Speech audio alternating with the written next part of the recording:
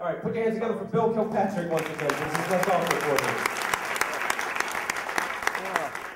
All right. Well, it's really, really glad to be here. Really grateful to be here. But I got to admit, like when I found out what the topic was, I was like terrified because I didn't have a clue what I'd talk about. I had a month before this, and I thought of something that kind of had to do with change, and just convinced myself it was good, and that was it.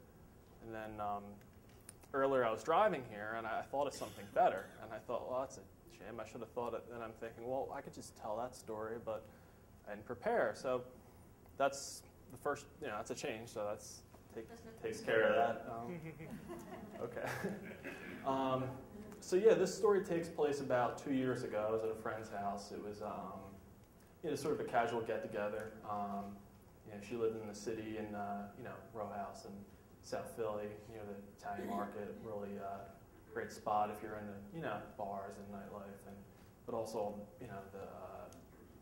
buying fresh produce and all that, and a lot of benefits of living down there. And I remember this because I was complimenting her on her house the whole night because I thought it was a housewarming party, but she had lived there for like 2 years before. I just never, which it's kind of, I'm sure it was weird from her perspective, but I knew everybody there pretty much, and the people I didn't know, I had at least met, except there was this one girl that my one friend Ken, invited, and I, she seemed a bit off, but I didn't think much of it, And so I asked him, like, Ken, how do you know this girl? And he's like, the bar near my house, and it's a different part of the city, and she's a regular there. And we kind of hit it off. I mean, we're not like friends or anything, but I thought I'd bring her. I'm thinking, oh, that's kind of risky, not really knowing somebody. Like sharing a cab to a different part of the city, and but whatever, that's cool. So the night wore on, and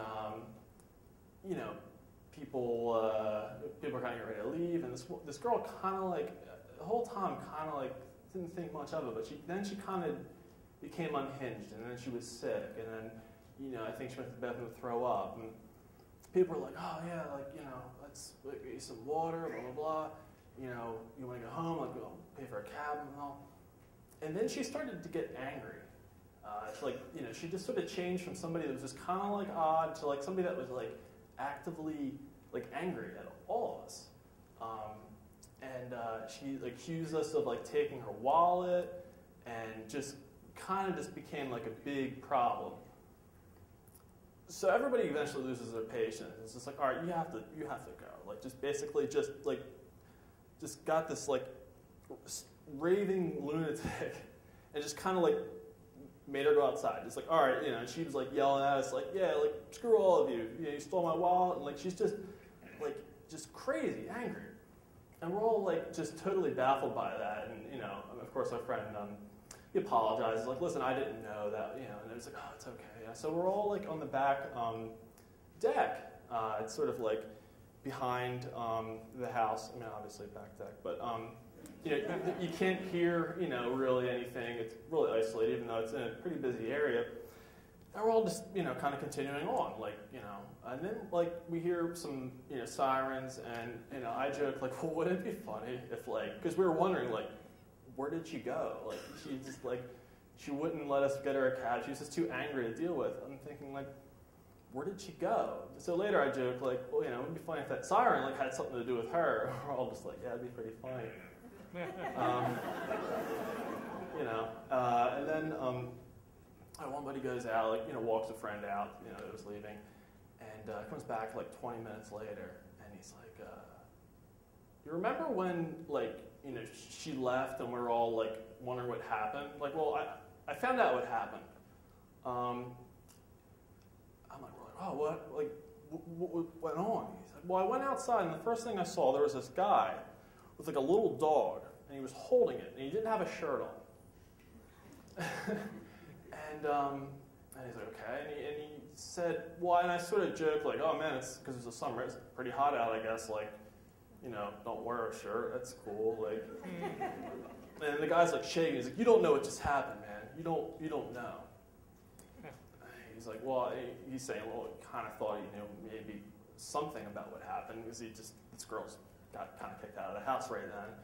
And he goes, this girl, she started like yelling at me and yelling at my dog, saying the dog stole her wallet and just like crazy stuff, right? And then she like rips my shirt off and tries to like bite me. And then I'm like, well, what happened then? It's just like, well, then I'm trying to get her off and the dog jumps up and I catch the dog and she's going on and then she's in traffic and she's flipping people off. And meanwhile, like her wallet was on the ground. Some dude walking by just like picked it up and just took the money out and just dropped it and walked like, well, you know, hey. So she's in traffic, she's flipping people off.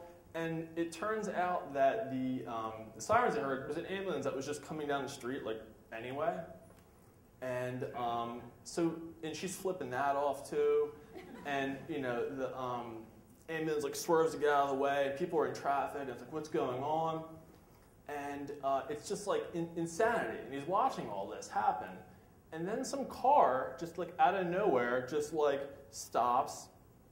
And like she just gets in and like just disappears. And he comes back in. It's like, yeah, like just happened. And it's like there was really no explanation for it, but it was just like she just sort of changed from this normal person to just like this crazy person within a matter of, you know, minutes.